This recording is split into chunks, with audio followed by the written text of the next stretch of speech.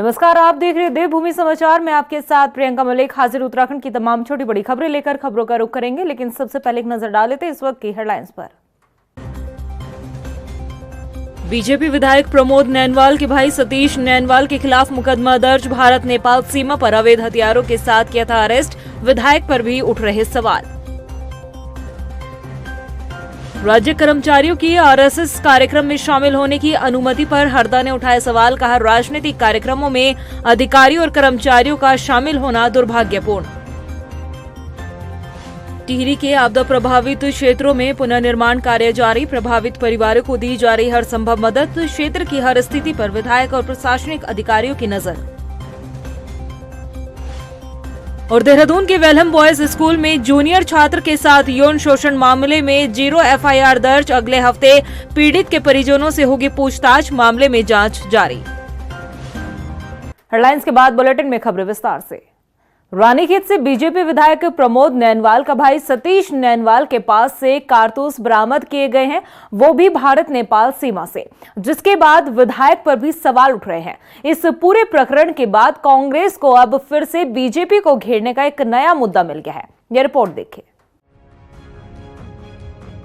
उत्तराखंड की सियासत आज उस वक्त गर्मा गई जब बीजेपी विधायक के भाई को अवैध हथियारों के साथ गिरफ्तार किया गया।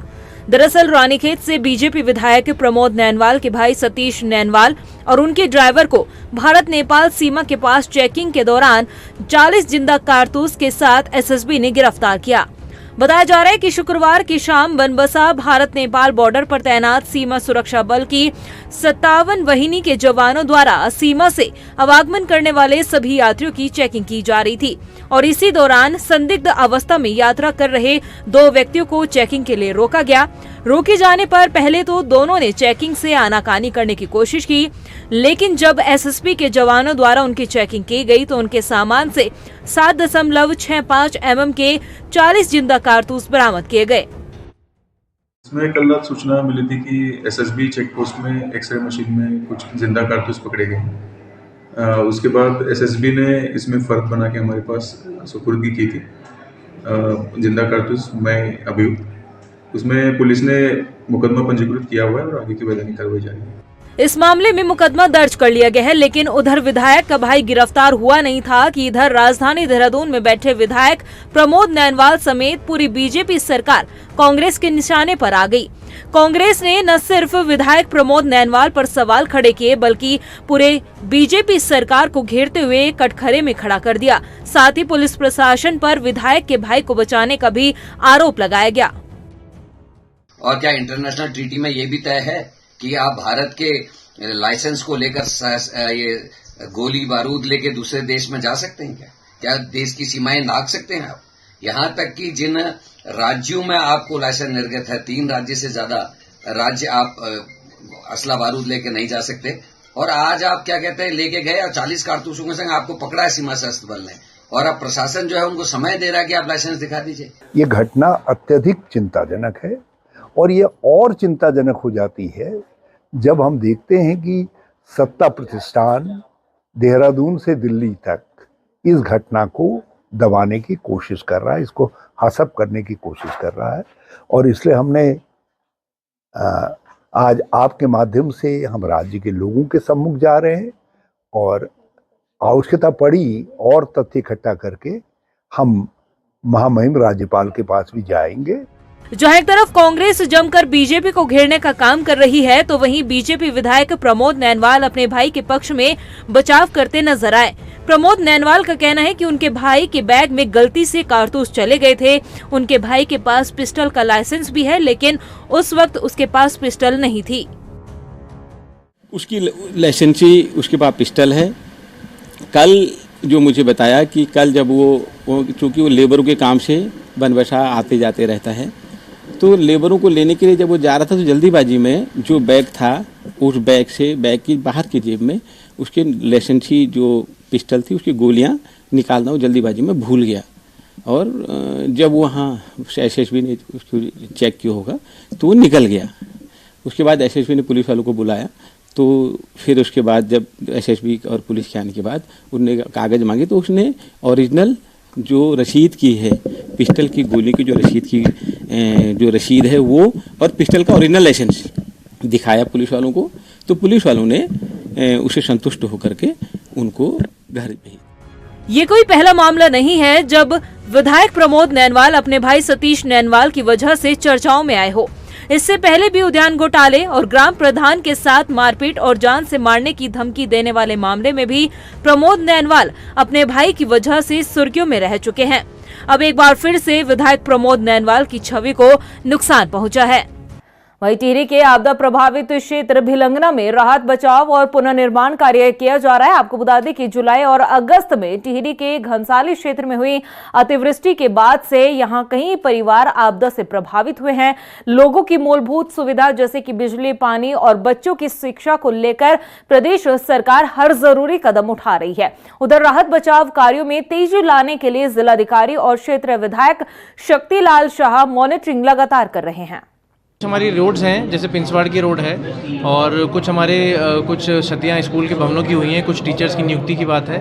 और इसके अतिरिक्त जगह जगह हमारे जो आंतरिक मार्ग हैं गांव के, जहां पर पुलियाँ भी ध्वस्त हुई हैं, मार्ग ध्वस्त हुए हैं, उनको फिर सुचारू करने के लिए लोगों ने अपनी एप्लीकेशंस दी हैं जिन पर कार्रवाई की जाएगी। ज़मीन के हमारे पास हमें जो अभी तक प्रशासन की तरफ से जो आश्वासन दिया जा रहा है कि ज़मीन हमारे पास है, कुछ दिक्कतें होंगी, उन दिक्कतों को हम पूरा कर रहे हैं। उन पे मिल बैठ के हम उस पर वार्ता करेंगे, चर्चा करेंगे और उस समस्याओं का समाधान करेंगे। उधर उत्तरकाशी में विस्थापन की मांग को लेकर टिहरी झील प्रोजेक्ट से प्रभावित हुए लोगों ने प्रदर्शन किया है। दरअसल टिहरी झील प्रोजेक्ट से प्रभावित हुए लोग उत्तरकाशी में भर्ड गांव में पिछले 20 सालों से रह रहे हैं। ग्रामीण लगातार विस्थापन की मांग को लेकर हल्ला बोल कर रहे हैं, लेकिन जिम्मेदार अधिकारी सुनने को तैयार नहीं है।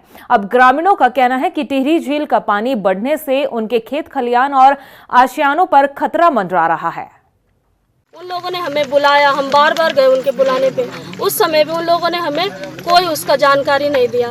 फिर जब हम लोग अभी बैठे हैं यहाँ पर तो बहुत से लोग आ रहे हैं, डीएम साहब भी आए, वो आए, एसडीएम साहब यहाँ पर आए, और जो भाई हमारे लिए सहयोग के लिए खड़ा है सागर भाई, वो उसको भी धमका रहा है, उसको डरा रहा है ना। तो जो लोग हमारे साथ खड़ा उन लोगों को तो वो लोग डरा रहे हैं, जब वो लोग हमारे साथ खड़े नहीं हो सकते, हमारे साथ कुछ हमारा सहयोग नहीं कर सकते, तो जो लोग कर रहे हैं उन लोगों को भी क्यों धमकाना है? उनको ये सही बात है कि गलत बात है ना? उन लोगों को क्यों धमकाना? उनको किसने दिया अधिकार कि वो उन लोगों को धमकाए?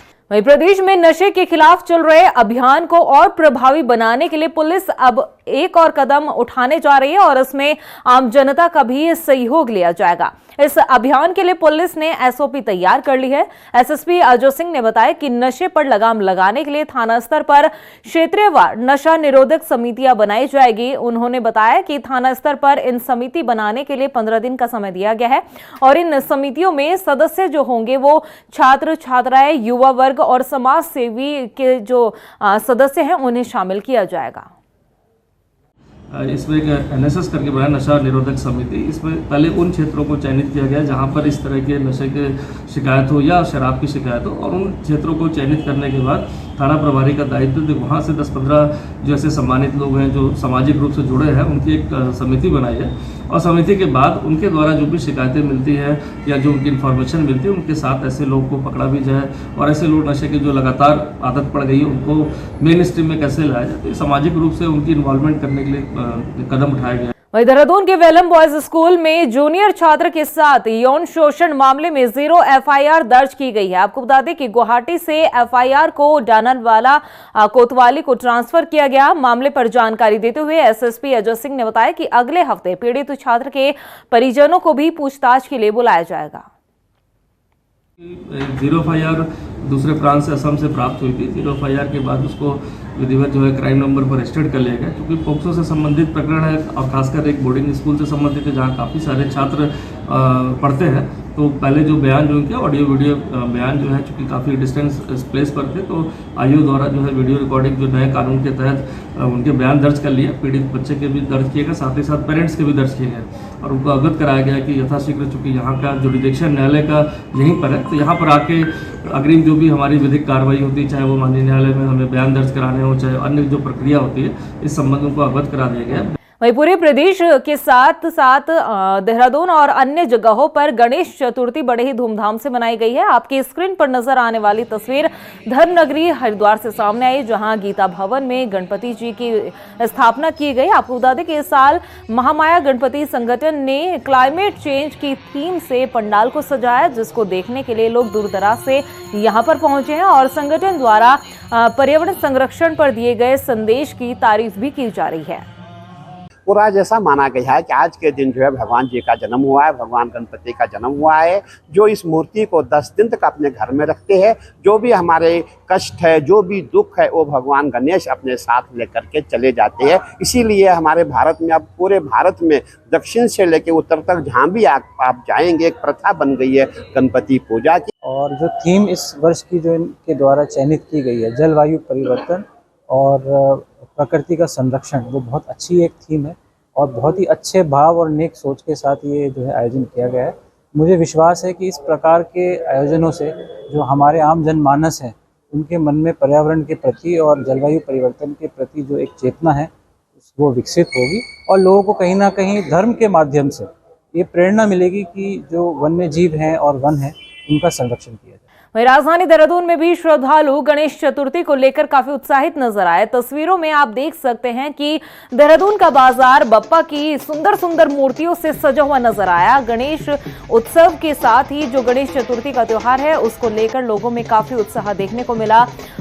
जो भक्त है अपने अपने घरों पर भगवान गणेश जी की मूर्ति जो है उन्होंने आज स्थापित की है। आपको बता दें कि अगले 10 दिन तक गणपति बप्पा अपने भक्तों के घरों और मंदिरों में विराजमान रहेंगे। हमें बहुत श्रद्धा है। मैं और मेरी वाइफ, हम लोग दुबई में रहते हैं, बट हम जब भी घर आते हैं कोशिश करते हैं गणपति पे घर आएँ और सबके साथ गणपति मनाएं। बहुत श्रद्धा है हमारी, पूरे होश उल्लास से हम लोग, हर्षोल्लास से हम लोग आते हैं, मूर्ति लेते हैं, गणपति जी को घर ले आते हैं, सजावट करते हैं, सब परिवार वाले एक साथ बैठते हैं। सुबह शाम तीनों टाइम भगवान की पूजा करते हैं, भोग लगाते हैं और हम पूरे 11 दिन के लिए बैठाते हैं और जो हम मानते हैं बाबा से हमें वो पूरा मिलता है और क्या मांगे भगवान बिना मांगे भी हमें देते हैं। वहीं जागेश्वर धाम में आरती के बाद मंदिर का गेट बंद होने के चलते अराजक तत्वों ने जमकर हंगामा किया। दरअसल आरोपी जबरन जागेश्वर धाम में घुसने की कोशिश कर रहे थे। आरोप है कि 5 लोग, जिसमें 3 महिलाएं शामिल और 2 पुरुष थे, उन्होंने गेट फांदकर मंदिर परिसर में पहुंचे और विरोध करने पर उन्होंने गार्ड के साथ मारपीट भी की। आपको बता दें कि हंगामा कर रही महिलाओं ने खुद को भगवान शिव का अवतार बताया। उधर पुलिस ने आरोपियों पर चालानी कार्रवाई भी की है। परंपरा के अनुसार जागेश्वर धाम में साईं आरती के बाद वहाँ मंदिर जाना जो है नियम विरुद्ध है। कल यहाँ पर कुछ श्रद्धालु रात को आरती के बाद पहुँचे हैं और उन्होंने मंदिर के गेट को फांदकर और वहाँ पर 2 कुत्तों को भी साथ में ले गए और काफ़ी उपद्रव उन्होंने मचाया मंदिर पर और कुछ जो सुरक्षाकर्मी थे उन पर भी हाथापाई की और मंदिर में जो मंदिर के गेट के सामने कुछ दुकानें थी उनका भी सामान रोड पर बिखरा और काफ़ी गाली गलौज वहाँ पर की। तो इस घटना की हम घोर निंदा करते हैं। उन जो ये यथाकथित लोग हैं इनके ऊपर कठोर से कठोर कार्रवाई हो। राजधानी देहरादून में खाद्य विभाग की टीम ने शहर में मौजूद खाद्य पदार्थों के आउटलेट और प्रतिष्ठानों पर छापेमार की कार्रवाई की। आपको बता दें कि टीम ने नामी शैक्षणिक संस्था की मेस का भी निरीक्षण किया और वहां पर खाद्य सुरक्षा की मानकों की जांच की गई। उपायुक्त खाद्य संरक्षा गढ़वाल RS रावत ने बताया कि नियमों की अनदेखी करने वाले खाद्य प्रतिष्ठानों पर एक्शन लिया जा रहा है। उन्होंने ये भी बताया कि यह अभियान पूरे प्रदेश भर में जारी रहेगा। देहरादून के DO और FSO हैं हमारे फूड सेफ्टी ऑफिसर, उन्होंने दोबारा से यहाँ पे जांच की थी। इसी क्रम में जो है कल रात भी जो है कुछ और वीडियो वायरल हुए, जिस संबंध में जो मेरा उच्च अधिकारियों से प्राप्त निर्देशों के क्रम में मैं अपनी पूरी टीम के साथ, जो मेरे साथ इस समय मौजूद है, उनके साथ यहाँ DIT आया था और DIT की जो उनकी मेस है उसकी हमने जाँच की है। मौके पर तो हमें इस समय कुछ प्राप्त नहीं हुआ, लेकिन कुछ शिकायतें बच्चों से हमने बात की, बच्चों ने शिकायतें की हैं। तो इस संबंध में हमने उनको निर्देश दिए हैं कि वो जो बच्चों की शिकायतें हैं उनको सॉल्व करें, बच्चों से बात करें और अगर इस तरीके से भविष्य में कोई और इस प्रकार की शिकायतें आई और इस तरीके से कोई कंप्लेन हमें मिलती है तो इनके खिलाफ हम सख्त से सख्त कार्रवाई करेंगे। उधर पौड़ी में अशासकीय माध्यमिक शिक्षा प्रबंधन संगठन ने बैठक का आयोजन किया और इस बैठक में संगठन के सदस्यों ने शिक्षा विभाग पर अशासकीय विद्यालयों में पढ़ रहे छात्र छात्राओं और कर्मचारियों के साथ भेदभाव का आरोप लगाया। नाराज शिक्षकों ने बताया कि वो सालों से पीटीए प्रबंधकीय व्यवस्था पर कार्यरत शिक्षकों को विनियमित करने की मांग कर रहे हैं। आपको बता दें कि शिक्षकों ने मुख्य शिक्षा अधिकारी के जरिए सीएम पुष्कर सिंह धामी को ज्ञापन भी सौंपा है। समिति द्वारा जो ज्ञापन दिया गया है उसको थ्रू प्रॉपर चैनल उच्च स्तर तक संज्ञान में लाया जाएगा, उसको प्रेषित कर दिया जाएगा। उसमें कुछ नीति विषयक मामले हो सकते हैं तो जिसका निर्णय उच्च स्तर से हो जाए, इसके लिए हम ज्ञापन को प्रेषित करेंगे। उधर दिनेशपुर में नगर पंचायत के निवर्तमान वार्ड ने जीआईसी के प्रधानाचार्य मधुसूदन मिश्रा को सम्मानित किया। आपको बता दें कि हाल ही में राज्यपाल ने शिक्षक दिवस के मौके पर प्रधानाचार्य मधुसूदन मिश्रा को शैलेश मटियानी पुरस्कार से सम्मानित किया था। आपको बता दें कि लगातार जो प्रधानाचार्य है वो अपने क्षेत्र में बेहतर कार्य कर रहे हैं, जिसके लिए उन्हें सम्मानित किया गया। उत्तराखंड सरकार, इसके साथ ही यहाँ के नगर पंचायत अध्यक्ष और जितने भी नगरवासी हैं, मैं उन सबों को हृदय से धन्यवाद देता हूँ कि उन्होंने मुझे शैलेश मटियानी राज्य उत्कृष्ट शैक्षिक पुरस्कार प्राप्त होने पर सम्मानित किया है। इसके लिए मैं सबसे पहले यहाँ के नगरवासियों को, यहाँ के नगर पंचायत अध्यक्ष को मैं हृदय से साधुवाद देता हूँ। शिक्षा के क्षेत्र में सर्वोच्च जो पुरस्कार है वो पुरस्कार हमारे दिनेशपुर के प्रधानाचार्य आदरणीय मधुसूदन मिश्रा को मिला। शैलेश मटियानी जो पुरस्कार होता है उत्तराखंड का सर्वोच्च पुरस्कार है और उन्होंने खाली अपना नाम नहीं है, दिनेशपुर का भी उन्होंने नाम ऊंचा किया। इसलिए हम उनको सम्मानित करने के लिए यहाँ हमारे सभासद गणों के साथ मैं यहाँ पहुँचा हूँ। मैं शिक्षा के क्षेत्र में उन्होंने जो दिनेशपुर में परिवर्तन किया है, शिक्षा क्षेत्र में दिनेशपुर का नाम ऊंचा किया है, उनको मैं धन्यवाद देना चाहूँगा। वहीं लोहाघाट में टैक्सी चालकों ने प्राइवेट वाहनों द्वारा सवारी ढोने का विरोध किया है। शनिवार को गुमदेश टैक्सी यूनियन ने लोहाघाट थाने एसएचओ को ज्ञापन सौंपकर कार्रवाई की मांग की है। आपको बता दें कि नाराज टैक्सी ड्राइवरों ने पूरे क्षेत्र में टैक्सी सेवा बंद करने की मांग की है। प्राइवेट वाहन जो हमारी सवारियों को ढो रहे हैं वो हमारी सवारी ने ढोए हैं, चाहे कर्मचारी वर्ग हो चाहे हमारे प्राइवेट वाहन वाले भाई लोग हो, क्योंकि इससे हमारे व्यापार में बहुत ज़्यादा फर्क पड़ रहा है। हम लोग यहाँ टैक्सी जो पेड कर रहे हैं, जो टैक्स पेड कर रहे हैं, उससे हमारे जो है तो हमें नुकसान हो रहा है। उनका पता लगाकर, उनके मालिकों का पता लगाकर उन्हें बुलवाकर उनके विरुद्ध कार्रवाई की जाएगी। सारी कार्रवाई आज से हो जाएगी। और प्रदेश की खबरों में इतना ही, फिर हाजिर होंगे कुछ खास खबरों के साथ। तब तक के लिए मुझे दे इजाजत, लेकिन जाने से पहले एक नजर हेडलाइंस पर। नमस्कार। बीजेपी विधायक प्रमोद नैनवाल के भाई सतीश नैनवाल के खिलाफ मुकदमा दर्ज। भारत नेपाल सीमा पर अवैध हथियारों के साथ किया था अरेस्ट। विधायक पर भी उठ रहे सवाल। राज्य कर्मचारियों की आरएसएस कार्यक्रम में शामिल होने की अनुमति पर हरदा ने उठाए सवाल। कहा, राजनीतिक कार्यक्रमों में अधिकारियों और कर्मचारियों का शामिल होना दुर्भाग्यपूर्ण। टिहरी के आपदा प्रभावित क्षेत्रों में पुनर्निर्माण कार्य जारी। प्रभावित परिवारों को दी जा रही हर संभव मदद। क्षेत्र की हर स्थिति पर विधायक और प्रशासनिक अधिकारियों की नजर। और देहरादून के वेलहम बॉयज स्कूल में जूनियर छात्र के साथ यौन शोषण मामले में 0 एफआईआर दर्ज। अगले हफ्ते पीड़ित के परिजनों से होगी पूछताछ। मामले में जांच जारी।